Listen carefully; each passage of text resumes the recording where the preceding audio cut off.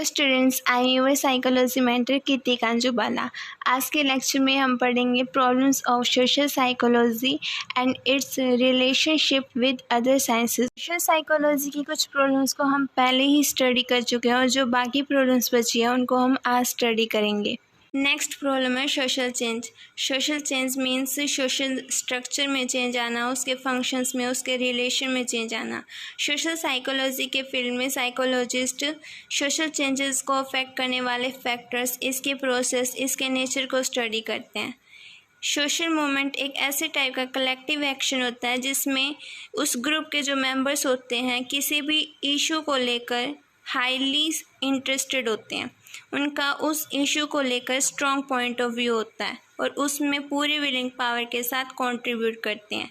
Social psychologist social movement के development को या फिर इसमें जो सोशल ऑर्गेनाइजेशंस डेवलप होती हैं, इसके जो भी परिणाम होते हैं उनको स्टडी करते हैं। नेक्स्ट प्रॉब्लम है सोशल इन्फ्लुएंसेस।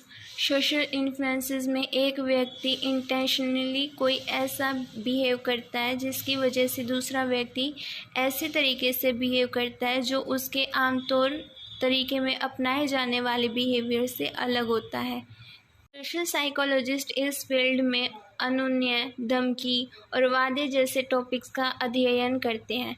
वे इनके सोर्सेज, टारगेट, मीडियम, कॉन्टेक्स्ट की महत्वपूर्ण विशेषताओं पर रिसर्च करते हैं और उनके प्रभावी मेथड की खोज करते हैं। नेक्स्ट प्रॉब्लम है pro social behaviour. Pro social behaviour का मतलब उस स्वैच्छिक व्यवहार से है जो नियत से किसी दूसरे व्यक्ति या समूह की सहायता के लिए किया जाता है। इसमें सोशल साइकोलॉजिस्ट सहायता, प्रार्थवादी और सहयोग जैसे विषयों पर रिसर्च करते हैं और इसके डिटर्मिनेंट्स का पता लगाने की कोशिश करते हैं। नेक्स्ट प्रॉब्लम है इंटरेक्टिंग विद एनवायरनमेंट। इसमें modern social psychologist expanding cities से और उसके रिजल्ट में जो स्टिमुलस ओवरलोड होता है यानी उद्दीपक अतिभार होता है, उससे रिलेटेड प्रॉब्लम्स को सॉल्व करने की कोशिश करते हैं और इनमें उन बिहेवियर का पता लगाया जाता है जो इन्वायरमेंट को नेगेटिवली अफेक्ट करते हैं। इन्वायरमेंट भी व्यक्ति के व्यवहार को अफेक्ट करता है। शोधकर्ता इस बात की खोज करते हैं कि वातावरण में डेंसिटी या क्राउडिंग हमारे बिहेवियर को और पर्सनैलिटी डेवलपमेंट को कैसे प्रभावित करती है। नेक्स्ट प्रॉब्लम है सोशल पैथोलॉजी यानी सामाजिक विकृति विज्ञान। इसमें सोशल एविल्स जैसे वेश्यावृत्ति, भिक्षावृत्ति, पारिवारिक विघटन, दहेज अपराध, बाल अपराध जैसी सामाजिक बुराइयों का जो स्वरूप होता है, उनके कारण होते हैं, उनका पता लगाया जाता है और इनके क्या क्या सॉल्यूशंस हो सकते हैं, इनकी खोज की जाती है। सोशल साइकोलॉजी की प्रॉब्लम्स की कंप्लीट लिस्ट प्रेजेंट नहीं है क्योंकि ये एक डिफ़िकल्ट टास्क है। कंक्लूजन में हम कह सकते हैं कि जो भी समस्या व्यक्ति के व्यवहार के सामाजिक पक्ष से किसी न किसी तरह से जुड़ी हुई होती है, वही सोशल साइकोलॉजी की समस्या बन जाती है। नेक्स्ट हम पढ़ेंगे relationship of social psychology with other sciences.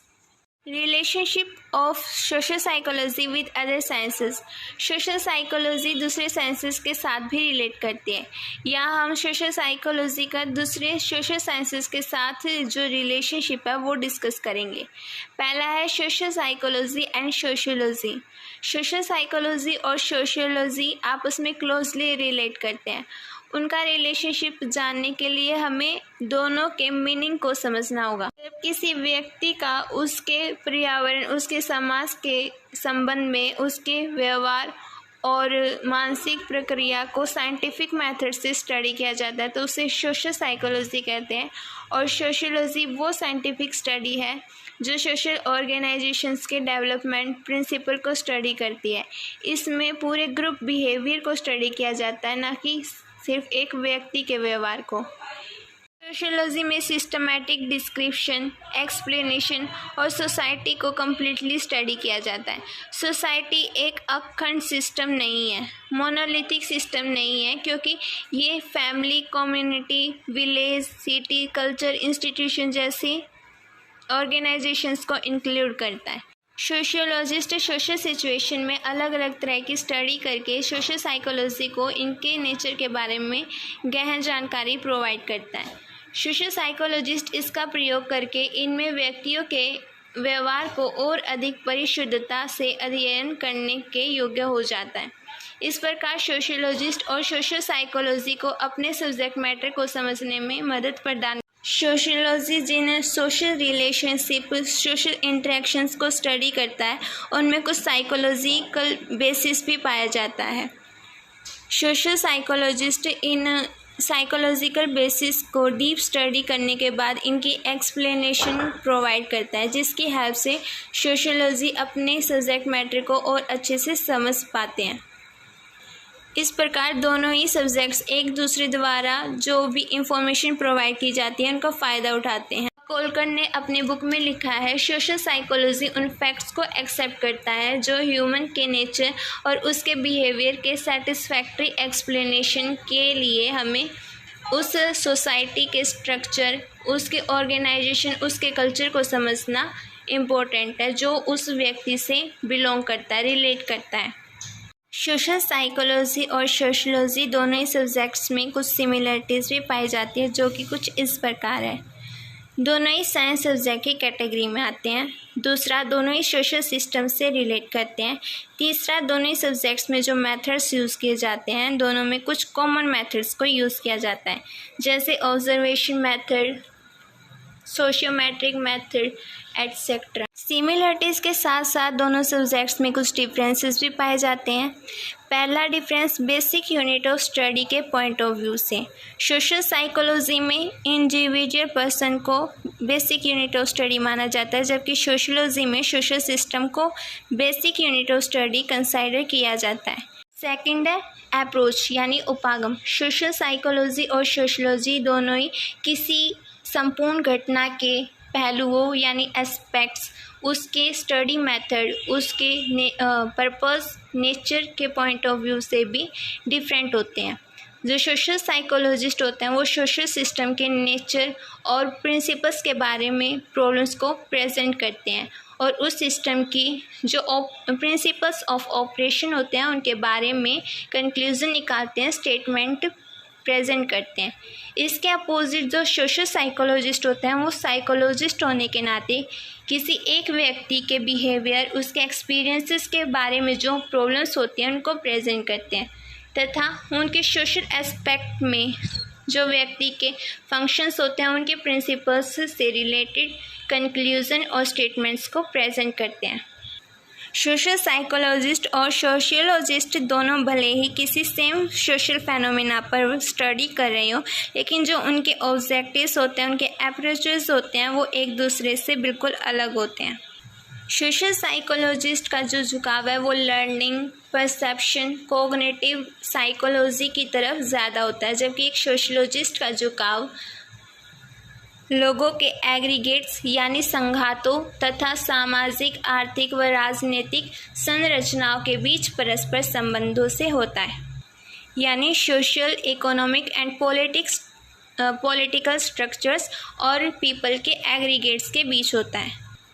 जैसे इलेक्शन के दौरान एक साइकोलॉजिस्ट ये जानने की कोशिश करता है कि एक वोटर जो है वो कैसे अपनी प्रोसेस करता है, वो कैसे इंफॉर्मेशन, इलेक्शन से रिलेटेड इंफॉर्मेशन कलेक्ट करता है, कैसे अपना कैंडिडेट चुनता है, जबकि एक सोशियोलॉजिस्ट इससे अलग टॉपिक्स पर स्टडी कर रहा होता है, जैसे सोशियो इकोनॉमिक डिटर्मिनेंट्स कैसे किसी वोटिंग बिहेवियर को अफेक्ट करते हैं, कैसे एक पॉलिटिकल पार्टी दूसरे पॉलिटिकल पार्टी को इन्फ्लुएंस करती है। सोशल साइकोलॉजी और सोशियोलॉजी दोनों एक दूसरे से रिसर्च मेथड के बेस पर भी अलग होते हैं। Social psychologist mainly experimental studies को यूज़ करते हैं, जबकि सोशियोलॉजिस्ट सोशल फेनोमेना को नेचुरल फॉर्मेट में स्टडी करते हैं और कोरिलेशन मेथड, सर्वे मेथड जैसे मेथड्स का यूज़ करते हैं। इसलिए सोशल साइकोलॉजी कम्प्लीटली सोशियोलॉजी पर इंडिपेंडेंट नहीं है। साइकोलॉजी और सोशियोलॉजी को सोशल साइकोलॉजी के पेरेंट्स भी कहा जाता है, क्योंकि सोशल साइकोलॉजी जितना साइकोलॉजी पर डिपेंड करती है उतना ही वह सोशियोलॉजी पर भी डिपेंड करती है। इनफैक्ट सोशल साइकोलॉजी दोनों से ही रिलेट करती है। जब साइकोलॉजिकल अप्रोच डोमिनेंट होता है तो ये साइकोलॉजिकल सोशल साइकोलॉजी कहलाती है, और जब इसमें सोशियोलॉजिकल अप्रोच डोमिनेंट होता है तब ये सोशियोलॉजिकल सोशल साइकोलॉजी कहलाती है। लेकिन हम इसे ब्रांच ऑफ साइकोलॉजी ही एक्सेप्ट करते हैं, और इस वे में सोशियोलॉजिस्ट और सोशल साइकोलॉजिस्ट इंटर रिलेटेड रहते हैं। नेक्स्ट है social psychology and anthropology. Social psychology और एंथ्रोपोलॉजी भी आपस में डीपली इंटर रिलेट करते हैं। सोशल साइकोलॉजी यानी सामाजिक मनोविज्ञान सामाजिक उद्दीपकों के संबंध में व्यक्ति के व्यवहार व अनुभवों का क्रमबद्ध व वैज्ञानिक अध्ययन करता है। वही एंथ्रोपोलॉजी एक ऐसा विज्ञान है जिसमें मानव जाति के शारीरिक सामाजिक व सांस्कृतिक पहलुओं का क्रमबद्ध यानी सिस्टमेटिकली स्टडी किया जाता है। एंथ्रोपोलॉजी को दो कैटेगरीज में बांटा जाता है, फिजिकल एंथ्रोपोलॉजी और कल्चरल एंथ्रोपोलॉजी। फिजिकल एंथ्रोपोलॉजी में व्यक्ति के heredity, hybridization, basic personality patterns और रेशियल डिफरेंसेस जैसे टॉपिक्स को स्टडी किया जाता है। ये फैक्टर्स ह्यूमन बिहेवियर के मेन डिटर्मिनेंट्स में क्लासीफाई होते हैं। इस वे में हम कह सकते हैं कि फिजिकल एंथ्रोपोलॉजी द्वारा जो रिसर्च की जाती है उनसे जो भी कंक्लूजन मिलता है वो सोशल साइकोलॉजिस्ट के लिए यूज़फुल होता है, और फिजिकल एंथ्रोपोलॉजिस्ट भी सोशल साइंटिस्ट द्वारा जो प्रिंसिपल्स और रूल्स बनाए जाते हैं उनकी हेल्प से अपने सब्जेक्ट मैटर को कम्प्लीटली अंडरस्टैंड करते हैं। दोनों साइंसेज आपस में रिलेट करते हैं। कल्चरल एंथ्रोपोलॉजी में ह्यूमन कल्चर के ओरिजिन, हिस्ट्री और उसके ग्रेजुअल डेवलपमेंट, उस स्थान उसके समय में उसका जो स्ट्रक्चर रहा है, उसका फंक्शन रहा है, उसकी सिस्टमैटिक स्टडी कल्चरल एंथ्रोपोलॉजी में की जाती है। जैसे प्रिमिटिव कस्टम्स यानी आदिम रीति रिवाज, marriage customs etcetera are studied in this. Psychologist accept करते हैं कि जो कल्चरल प्रोग्राम है वो किसी भी व्यक्ति के बिहेवियर को डीपली अफेक्ट करता है। इस प्रकार हम कह सकते हैं कि किसी भी व्यक्ति के पूरे व्यवहार को स्टडी करने के लिए उसके सोसाइटी और कल्चर को भी स्टडी करना ज़रूरी है। उसके बिना किसी भी व्यक्ति के पूर्ण व्यवहार की स्टडी करना इम्पॉसिबल है। सैकर्ड व बैकमैन ने ये क्लियर किया है कि किसी भी सोशल बिहेवियर, सोशल इंटरेक्शन की प्रॉपर स्टडी के लिए उसके पर्सनालिटी सिस्टम को जितना एनालाइज करना ज़रूरी है उतना ही उसके सोशल और कल्चरल सिस्टम को एनालाइज करना भी ज़रूरी है। Therefore, we can say that cultural anthropology and social psychology are deeply related to each other. Social psychology और anthropology दोनों सब्जेक्ट में कुछ सिमिलरिटीज़ भी पाई जाती है। जैसे सोशल साइंस, दोनों ही सब्जेक्ट सोशल साइंस की कैटेगरी में आते हैं।